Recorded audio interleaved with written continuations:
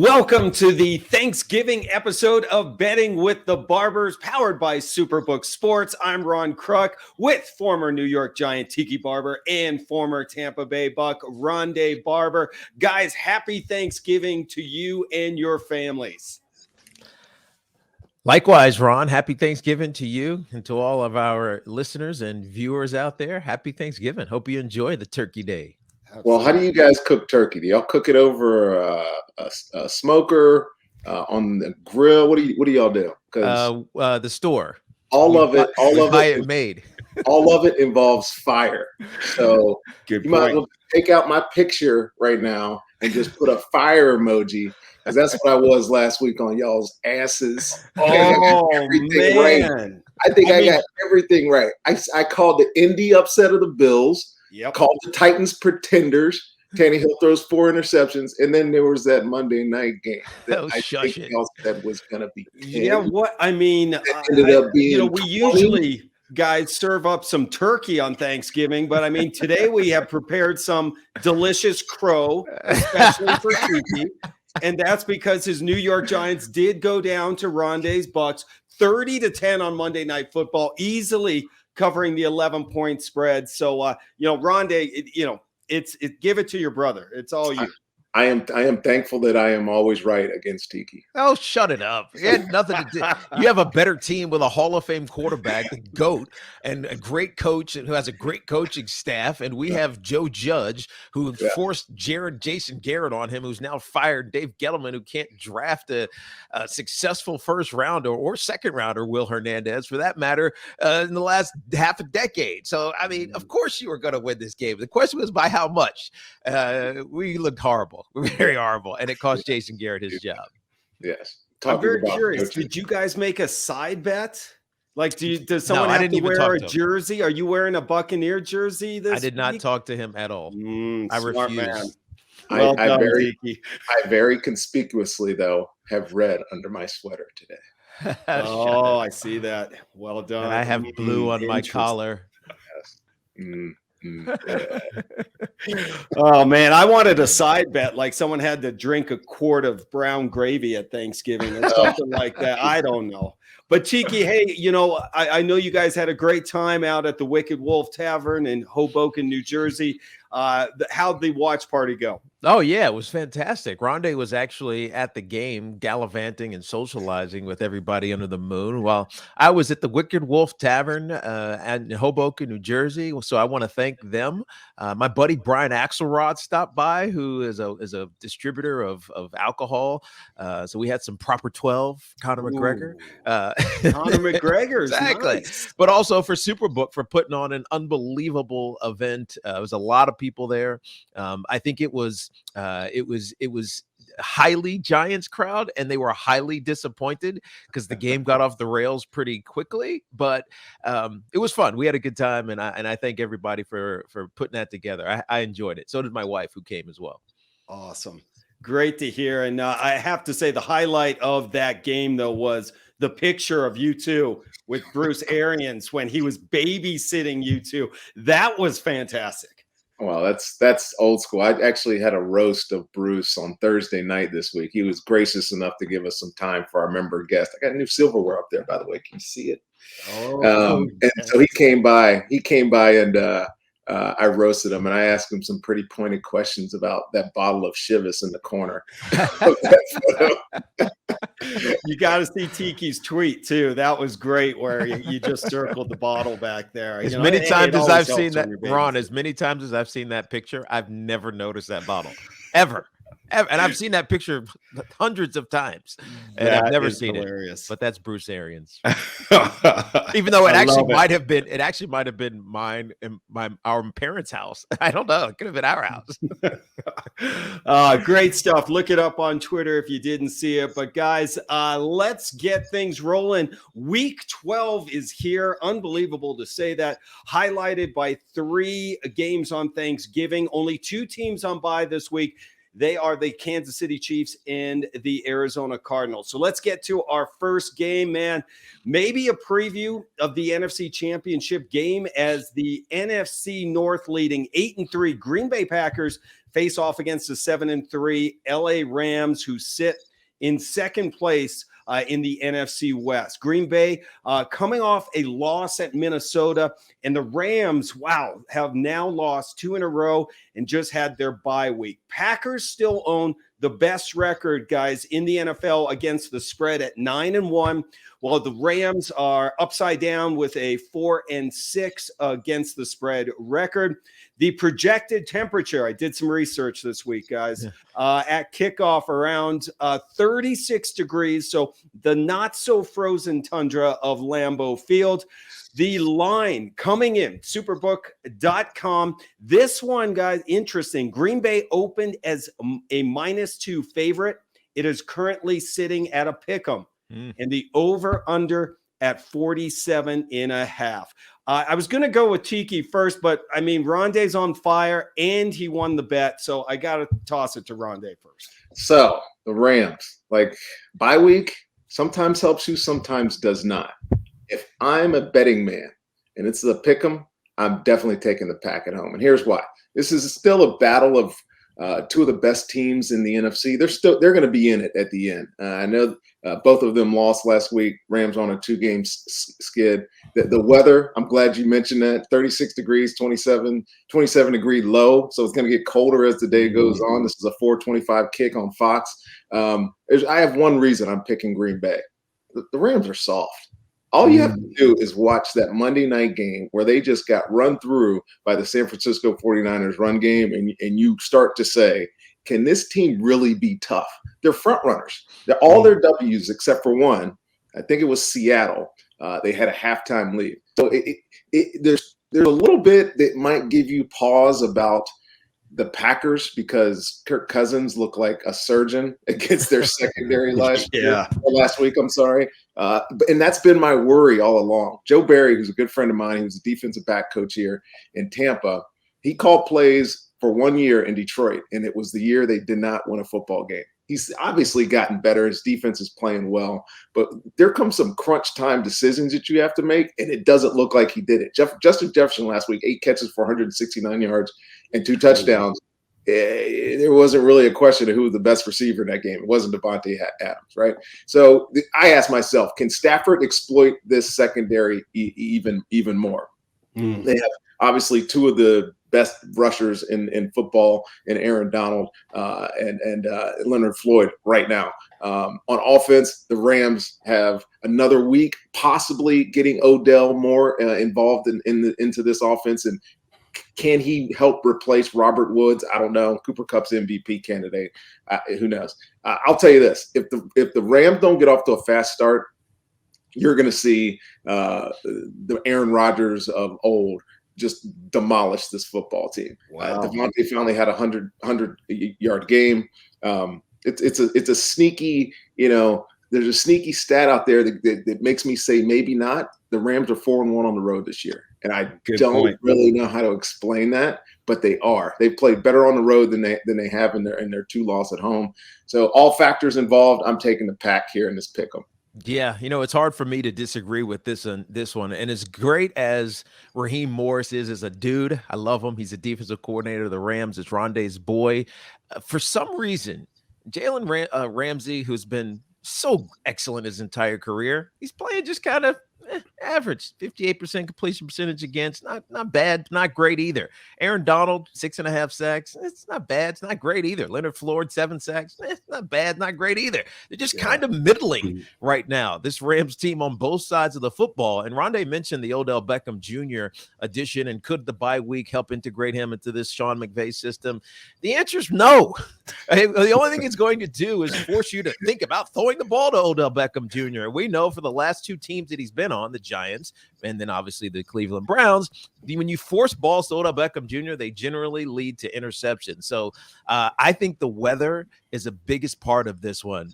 When it starts getting cold and you're just kind of playing average football, it gets really easy to just kind of lay it down, but just like tip the point down just a little bit. So I like the Packers in this one as well, mainly because of home field. And I know Aaron Rodgers has that toe injury. I'm assuming it's like a broken toe because he's like, it's not just toe, but I'm assuming it's a broken toe. It didn't stop him from throwing for 370 yards last week, even after a slow start. So I think that he and Devontae Adams and even his little clutch guy, Randall Cobb, are going to find ways to get things done. Yeah, clean sweep for me, guys. I'm with you. You know, I think, again, as you mentioned, the weather's going to be a big factor, but also look at how Matthew Stafford has traditionally struggled in Green Bay. Now, of course, he was with the Lions, so we can't hold that against him, but it's just one of those things that he's never really had great games up there. And the Packers are dealing with some injuries. There's no doubt about it. The O-line, they've lost some starters, and Tiki, as you said, the injured toe of Aaron Rodgers, but yeah, he still threw 4 touchdowns in week 11. I think the Packers defense is going to be the key. They'll get to Stafford. I'll take Green Bay in this one as well. All right, sign up now for Superbook at superbook.com. Download the app and make sure you're following us on social media at Superbook Sports. All right, guys. Massive matchup in the AFC for our second game of the week. Maybe another possible championship game preview as the streaking New England Patriots, winners of 5 straight. They travel to Tennessee to face the 8-3 Titans, who are coming off a shocking loss at home to the Houston Texans, which officially eliminated me from my survivor pool. Thank you so much, Tennessee. Not bitter, though. Not bitter. Hey, here's your random factoid of the week. The Titans' loss to the Texans marked the first time in NFL history a team on an 8-game losing streak beat a team on a 6-game winning streak. Yeah. I can see it. That's what turnovers will do to you. And the Tennessee Titans turned the ball over 5 times against the Houston Texans. All Tyrod Taylor, who wasn't great, but he was great with his legs. That was enough. And by the way, talk about weather. It was driving rain, and that's one of the most difficult situations to come back in. Ryan Tannehill looked lost. Some of those throws were it looked like he was intentionally throwing it to the other team. But this game is interesting. The Patriots, who have been dominating over the last really 7 weeks, because if you go back to the one loss in their streak, it was to the Dallas Cowboys, and that was in overtime. Other than that, they played pretty clean football, and a lot of it is because of Mac Jones. We talk about how great he is, and he's in the perfect system with Josh McDaniels coaching him and mentoring him. He doesn't make the same mistakes over and over again, but it's really their defense, man. Matt Judon is 10.5 sacks on the season. You can't miss him because he wears those bright red sleeves, and he's a monster, right? No matter what he wants to do to you, he can do it. Whether he's dipping underneath you, he powers through the weight of these offensive tackles and just scoots around to the quarterback. But it's the secondary. J.C. Jackson's got 6 interceptions. Talked about Jalen Ramsey's completion percentage against. He's at 50. He's almost 49% completion percentage against, which is exceptional for a defensive back. And Adrian Phillips has 4 interceptions. Kyle Duggar has 3. And we're not even talking about their best cornerback. So I think that this New England team is built the way that Bill Belichick has always built his New England teams. And that's with the dominating, suffocating defense. And he's got it. And he's got a quarterback who just doesn't make mistakes. I like the Pats here. I know they're laying 6.5, but I like the Pats to win this one by a touchdown or more.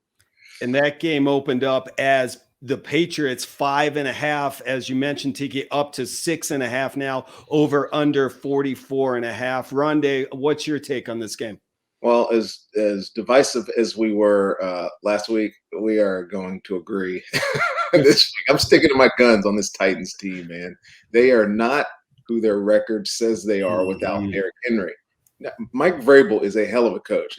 I think he's one of the best in the league. He gets the most out of his teams. But talent is what talent is, right? And watch out for their quarterback. He can sling it. He threw for 323 yards last year, but he cannot this year take care of the football. Tiki, you mentioned his interceptions. He has 12 this year. In his previous 2 years, he had 13 total. And by the way, he's also the most sacked quarterback in the NFL. Yeah. They don't have a runner. Jeremy Nichols, Deontay Freeman, Dontrell Hilliard, who I kind of like the way he runs the football. But he's got 29 rushing attempts in his career.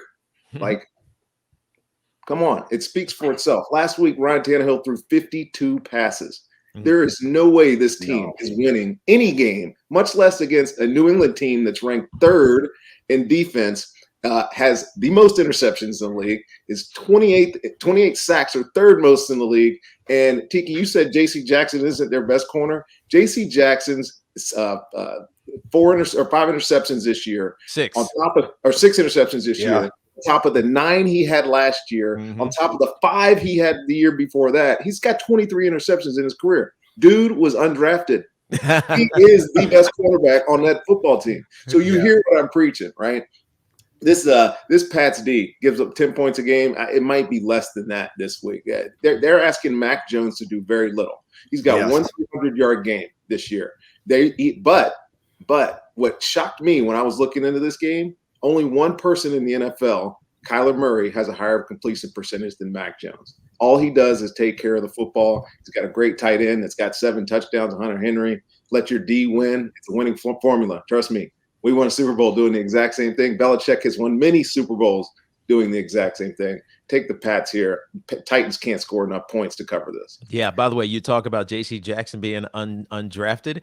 Matt Judon, who I mentioned before, with 10.5 sacks. Grand Valley State. Grand Valley. Yep. Man, representing New England, guys, 7-4 against the spread this season, but only 2-4 at home.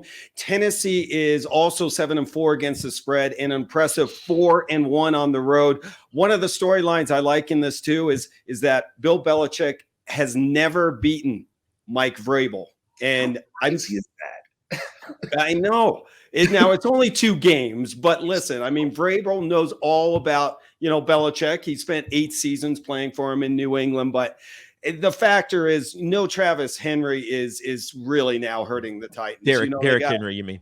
Derrick Henry, excuse me. And with him out, you're putting so much on Tannehill to make some plays. You mentioned the mistakes he's making, how many times he's throwing the ball. 6 games, he's had past 6 games throwing 6 picks. So, that team has been destroyed by injuries too. I saw a stat that they've played 39 different guys on defense. I mean, that's crazy. I'm riding the hot hand. I'm with you. I mean, we must be in the holiday spirit because we're agreeing on everything today. Hey, by the way, when Derrick Henry was running for Tennessee, Ryan Tannehill averaged 20 less passes a game. Just huge factor. I'm going with the Patriots too, laying the 6.5. And we mentioned this a few weeks ago, guys. Do we take a value bet on the Patriots winning the AFC? Our producer Mike Rigg just showed us they're up to 5-1 now to win the AFC. We told you with Buffalo. Should have taken it. Told you 2 weeks ago. We did. I hope you guys listen because we said it. They're only trailing now the Kansas City Chiefs, who are 3-1. Make sure you check all future odds at superbook.com. By the way, I didn't mention that's the game I didn't mention early in the show. You jokers took Cowboys. We did. We did. I know you are on fire, man. I'm giving it up. There's no doubt about it. Listen to Rondé. Circumstances. No receivers. Amari Cooper's got COVID. CeeDee Lamb bangs his head on the turf after 14 yards in the first half. Those other guys dropped at least 6 passes. Dak Prescott looked like a shell of himself. Off the bye week, they looked terrible. He had nobody to throw to, so he should have been. Yeah. All right. Well, that's it. We were all on the Patriots in this one, which now sets us up for Superbook Sports, the Barber Brothers Games of the Week.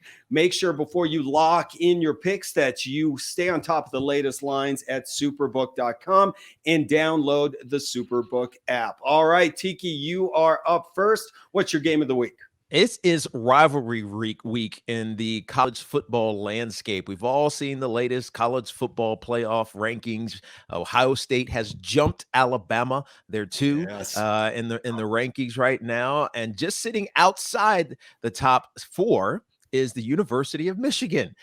This rivalry weekend, which is going to be fantastic. By the way, I'm going to be at Bedlam. That's in Stillwater, Oklahoma State Cowboys hosting the Oklahoma Sooners. That one also has college football playoff implications, but I won't talk about that one since I'm calling that one. But University of Michigan, Ohio State is always a rivalry, doesn't matter how good either of these teams are. But Jim Harbaugh at Michigan has not beaten Ohio State in his time back at Ann Arbor.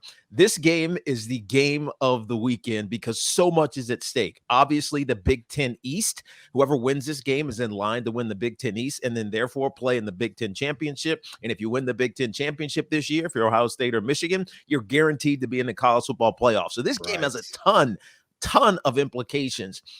Michigan's old school. They play great defense. They run the ball with two backs, Blake Corum and Hassan Haskins. Their quarterback, Cade McNamara, is okay. He's not great. They don't have a ton of weapons, and they don't play that kind of game. They are getting 8 points in this game. They are +8. Remember, Jim Harbaugh has never beaten Ohio State. Right. And he will not beat Ohio State, and he's going to get blown to the curb. Why? Because Ohio State has had an unbelievable offensive explosion. C.J. Stroud is probably the Heisman favorite right now. He threw 6 touchdowns last week. Yeah. Travion Henderson, their running back, is fantastic as well out of the backfield as a runner and as a receiver, but they don't need to catch the ball because Garrett Wilson and Chris Olave and as well as Jackson Smith and Jigba, they have so much talent on this offense that it's impossible to stop them. And so I think this 8 points, laying 8, even though it's in the big house, it's in Michigan, I'm going to take Ohio State to run away from Michigan and solidify themselves in the Big Ten East, win the Big Ten, and get into the college football playoff. I love it. That's some good college action. It is rivalry week. I thought you were going Virginia Tech, but hey, well, there are 2 of us. Yeah, I thought about Virginia Tech. By the way, who would have bet at the beginning of the year that James Franklin would sign a 10-year extension with Penn State? Wow. Yeah, he played insane. Him. I'm going to Ronde. What do you got for us? What's your game of the week? I did think about Virginia Tech at Virginia. I think Virginia's getting 7 in that game, and it would have given me a chance to talk about Brennan Armstrong and why nobody in college football is talking about Brennan Armstrong, who has 4,000 yards passing this year already and 30 touchdowns. He's a stud. But regardless, my game of the week is it's going to be predictable because it involves my Tampa Bay Buccaneers. Shocker. The Indianapolis Colts. I absolutely love the Bucks in this game. They're -3 on the road, and people are high on Indy. Obviously, they beat a suddenly floundering Bills team, which we kind of talked about too. But they played people close all year. They're probably coming off their most defining win. 4 takeaways at the Bills. But when I looked at this game, I was like, this is going to be one heck of a game. Yeah. Solely because of Jonathan Taylor. When I watched the film of him, the quality of his runs, not just that he's getting a lot of volume, but the quality of those runs, the manner he's stiff-arming people and making people miss, or just flat out running through them, is just your jaw drops. He's averaging 5.8 yards per carry. So What does that allow you to do? It allows you to own the game in time of possession. They're 3rd in the league in this. And the way they beat Buffalo last week was the turnovers, but yes, they ground out time of possession. I think they had 37 minutes of time possession last week. And the best way to handle the Bucks is to do that. They asked Carson to do very little, but in this game, you're going against the #1 run defense in the NFL. And they've been the #1 run defense in the NFL since Todd Bowles got there. It's been at least 3 years running. So if it comes down to Carson Wentz having to throw the ball, he's got 1 400-yard game, and it was that loss to Baltimore. He's got 4 other games where he hasn't thrown for 200 yards.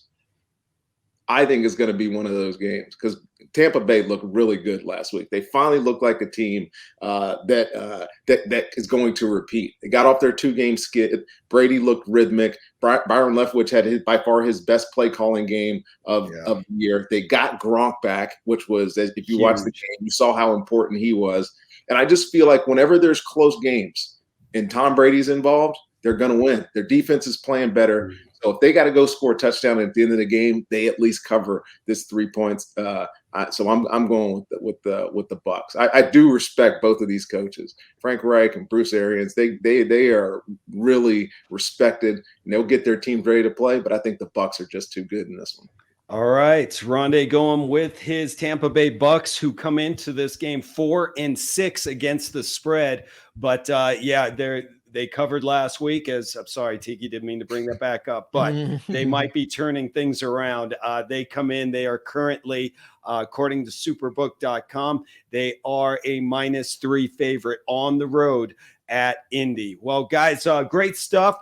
As it's Thanksgiving week, so in honor of the holiday and of course overeating, we introduce a new segment called Plate It or Pass It. We're going to get 3 rapid fire Thanksgiving Day bets. You're either going to put on your plate and bet it, or you're going to pass it. But guys, hey, listen, it's such a great holiday. You spend it with your family, your friends. It's snowing a little bit here in Colorado. It just feels like winter is coming up.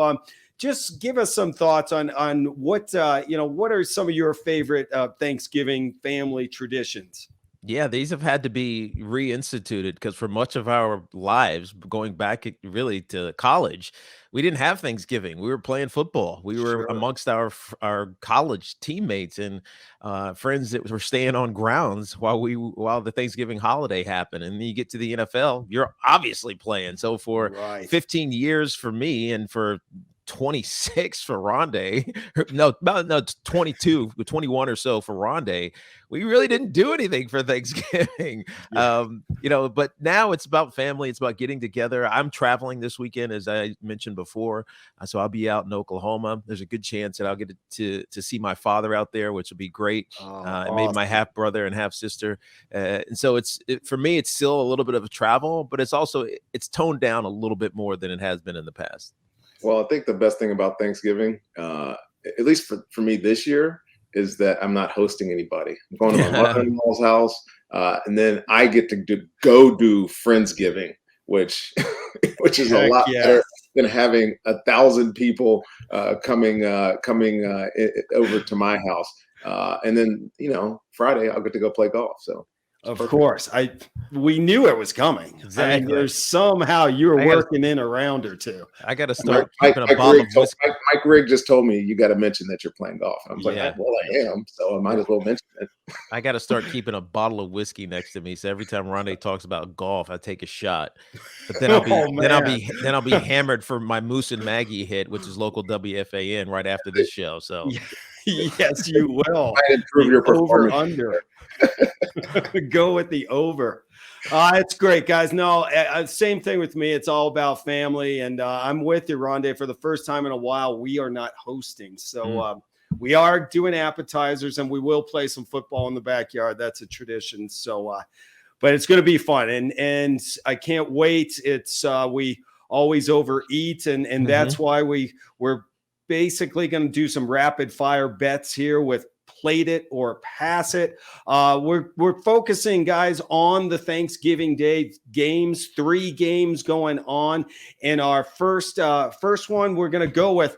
All right, I love this one. The Bears 3-7 at the Lions 0-9-1. Here's the bet. Lions plus 150 on money line. Are you plating it or are you passing it, Tiki? I'm going to plate this. The Lions have lost a lot of games in a row. You know where their last win was? Week 13, 20 of 2020 versus the Chicago Bears.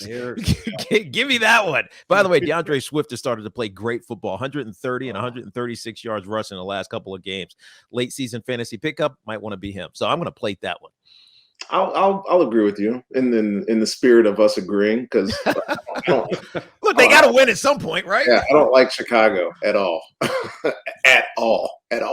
And Justin Fields is hurt. Andy Dalton came in, threw for 200 some yards last week. Who cares? They still lost. I think Jared Goff is still going to be out in this game. It looks like it. Yeah, so Tim Boyle will have to, turn around and hand the ball off to DeAndre Swift. I'm taking a plate too.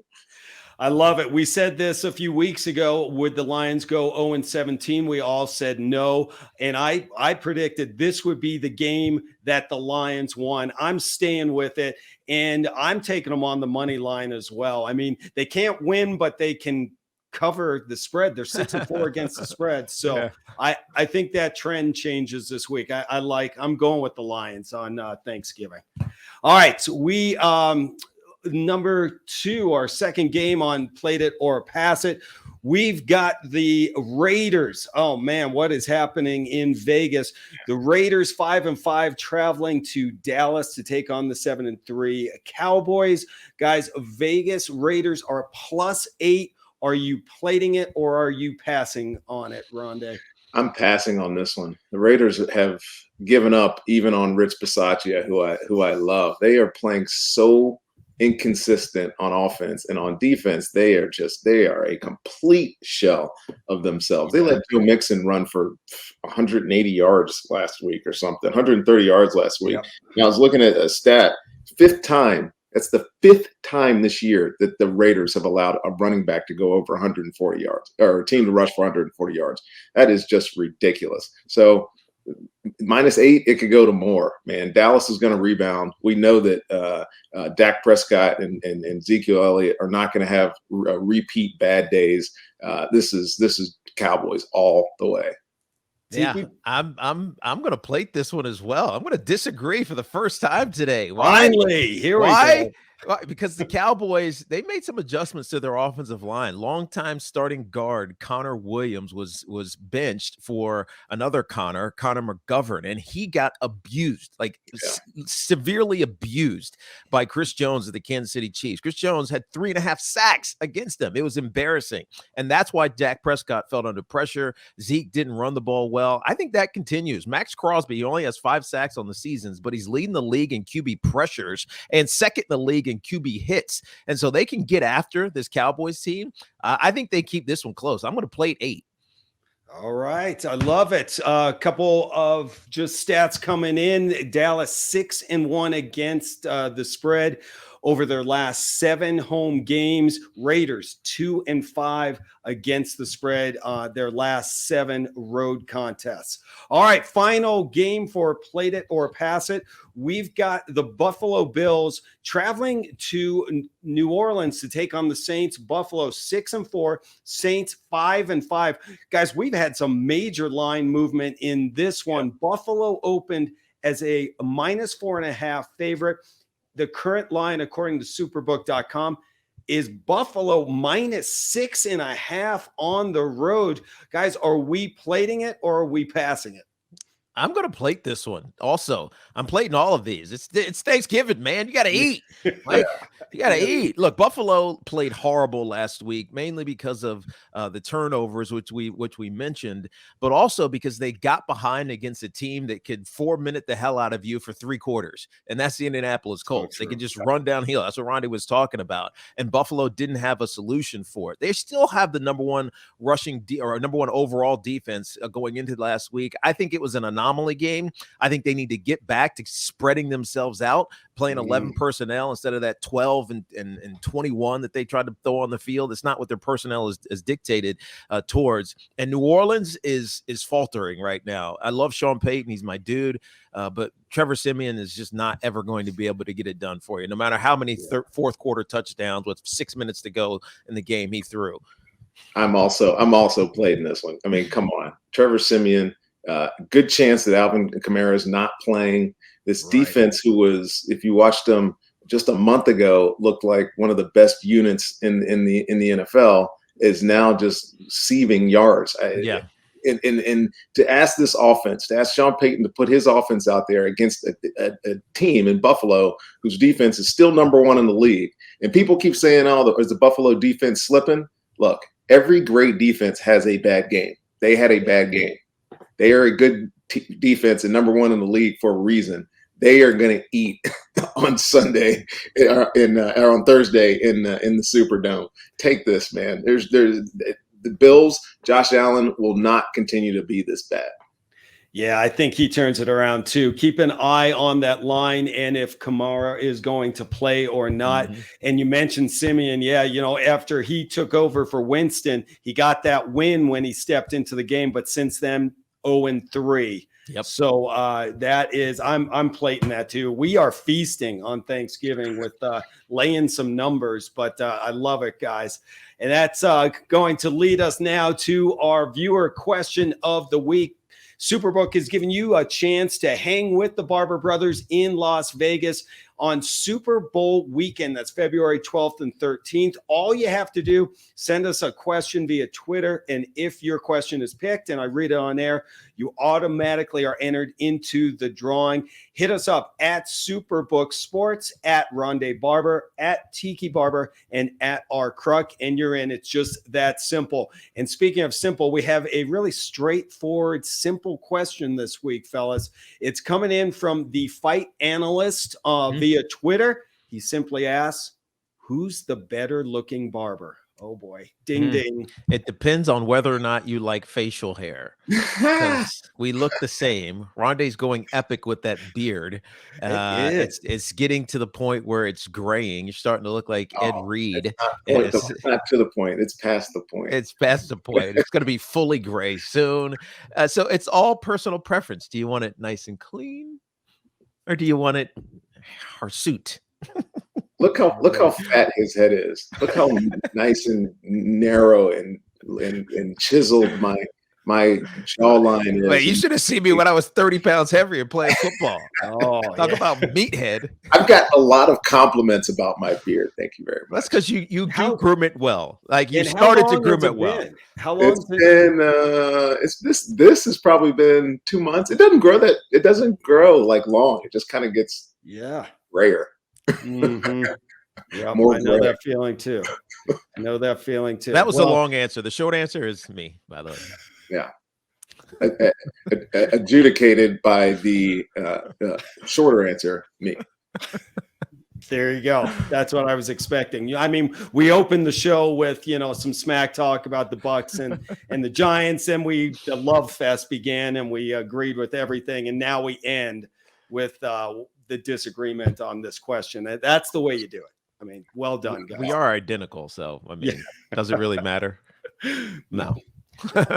Thank you to the fight analyst for sending that in. Make sure you send us a question every week, during the week, whenever, and you'll be entered into the contest for a great trip to Vegas to hang with us in Vegas. Can't wait for that Super Bowl weekend. All right, guys, that's going to wrap up another episode of Betting with the Barbers.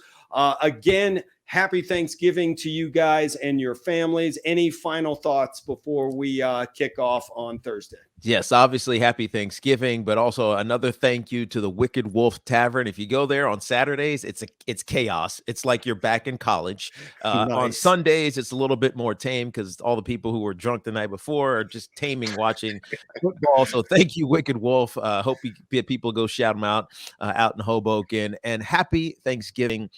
The Giants will be better with Freddie Kitchens calling plays. Ooh, yeah, I believe that. That is solid. That is solid. Some good games this week, but just like it has been all year, 7 dogs covered last week. So be careful what you bet on. This NFL season is impossible to predict, but still gotta love football, especially on Thanksgiving week. Yep. No better day. All right, guys, enjoy Thanksgiving. Great job as always. Can't wait for these games. I'm with you, Rondé. There's some great matchups this weekend and on Thursday. All right, so make sure you sign up and get in on the action at superbook.com. Download the Superbook app for the latest odds and follow us on social media at Superbook Sports. Betting with the Barbers airs on Twitter, Facebook, YouTube, and at superbook.com. New episodes drop every Thursday at 6 Eastern and 3 Pacific. And make sure you're looking for our picks and clips from the show throughout the weekend on social media. The podcast version of Betting with the Barbers is available on Apple and Spotify. For Rondé and Tiki Barber, I'm Ron Kruk. Happy Thanksgiving. Enjoy the games, everyone.